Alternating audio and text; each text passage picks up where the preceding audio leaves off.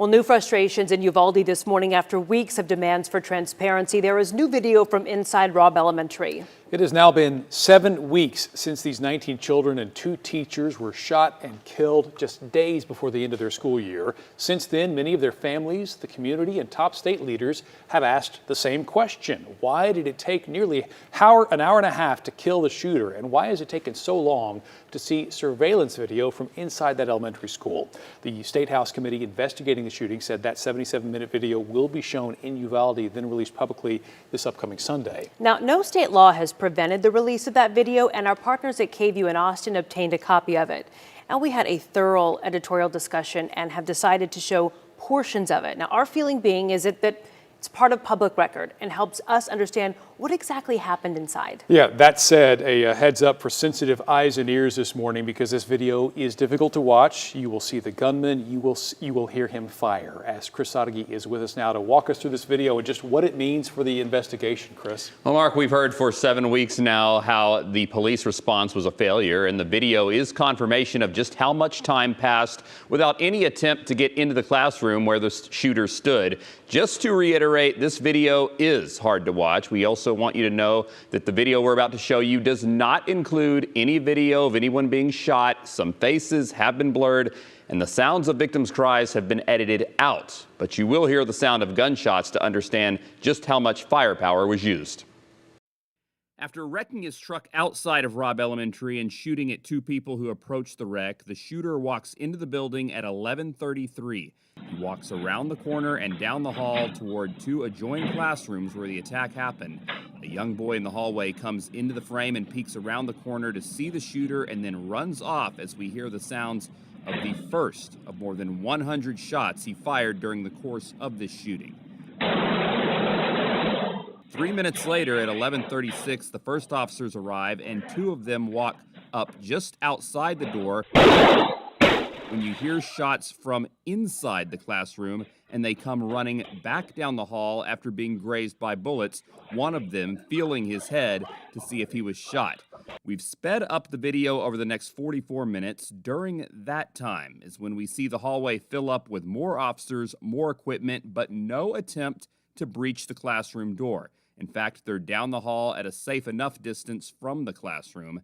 Then finally, at 12:21, officers armed with rifles and ballistic shields approach the classroom and get outside the door, but they do not attempt to breach it. Instead, there is more waiting.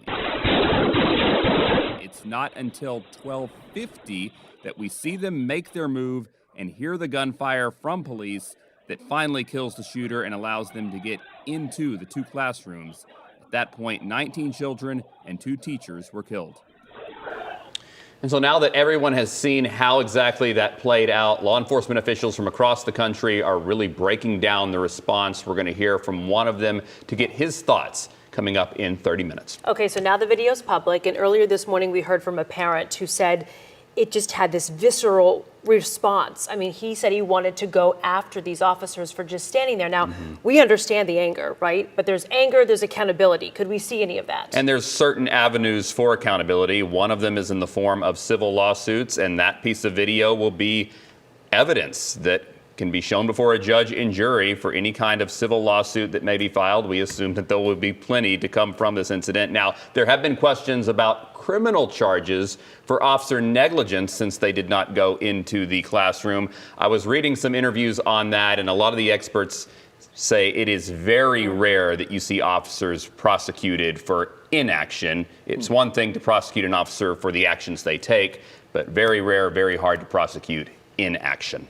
Boy, just a hard video to see, Chris, but I know a lot of people have been calling for its release, and we'll see what happens now that it's out there. Of course, many people in Uvalde made it clear they did want to see this video, but there's some disappointment this morning about just how it got out. Cleo Green is here in studio with us, continuing our team coverage.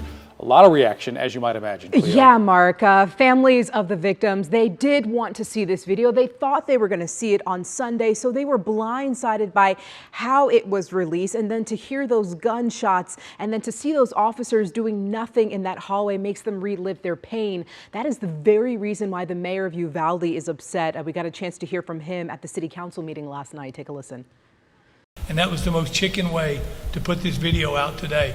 But there's no reason for the families to have to see that. I mean, they were going to see the video, but they didn't need to see the gunman coming in and hear the gunshots. They don't need to relive that. They've been through enough. Listen, the mayor says that he continues to stand by his statements for full transparency, and authorities had planned to release that video this weekend on Sunday. As you can imagine, some of the parents, they are upset that they were blindsided by this move and that they did not get to see it first. We are pissed. These families didn't deserve it. I don't deserve it. That's a slap to our babies' faces, and we're tired of this.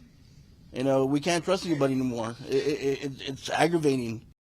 As you can imagine, there is a lot of response on social media, but I am going to focus on the officials this morning. There is a tweet from DPS releasing their whole statement here, saying that they are deeply disappointed that the video was released before all the families could actually see it, going on to say that the most effective should have been the first to see it as well. We do have a tweet here from Dustin Burrow. He is the chair of that committee investigation in Uvalde, saying the committee is aware that a portion of the hallway video has been made public. While I am glad that a small portion is now available, I do believe watching the entire segment of law enforcement's response or lack thereof is also very important. He goes on to say that I'm disappointed the victims' families and the Uvalde's community's requests to watch the video first, that they did not get to see those certain images and hear some of those sounds. Mark, I'll send it back to you. A lot of reaction on social media. Oh, of course, understandably so. Thank you for that, Cleo. And we know this is a lot to take in this morning. We have posted everything you need to know about these latest developments on our website at WFAI.com. You can also find it via our app.